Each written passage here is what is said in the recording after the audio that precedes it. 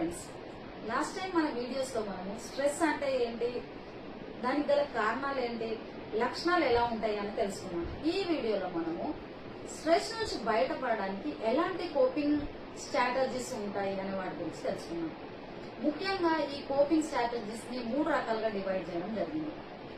మొదటిది వచ్చేసి problem focus strategy, రెండోది వచ్చేసి సోషల్ కోపింగ్ రెస్పాన్సెస్ అన్నమాట, మూడోది అవాయిడింగ్ కోపింగ్.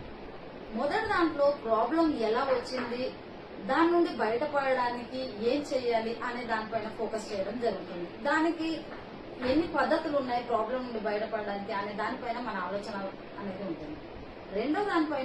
రెండో పద్ధతికి వచ్చేటప్పటికి సోషల్ సపోర్ట్ తీసుకోవడము, మన క్లోజ్ గా ఉన్న వాళ్ళతో సమస్యల గురించి చర్చించడము, దానికి సలహాలు తీసుకోవడము, ఇలాంటివి చేస్తూ ఉంటాము. మూడో పద్ధతి వచ్చేటప్పటికి అవాయిడ్ చేస్తూ ఉంటాం ప్రాబ్లం, దాన్ని సాల్వ్ చేయడం కన్నా దాని నుండి తప్పించుకునే ప్రయత్నం చేస్తూ ఉంటాం.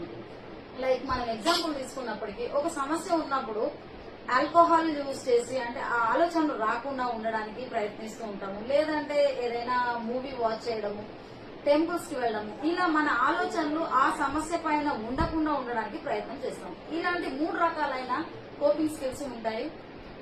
పర్సనాలిటీని బట్టి ఒక్కొక్కరు ఒక్కొక్క దాన్ని చూస్ చేసుకుంటారు. మీరు ఏ పద్ధతిని పాటిస్తూ ఉన్నారు అనేది కామెంట్ బాక్స్ లో తప్పకుండా రాయండి.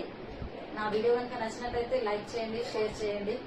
తప్పకుండా నా యూట్యూబ్ ఛానల్ ని సబ్స్క్రైబ్ చేయండి. Thank you.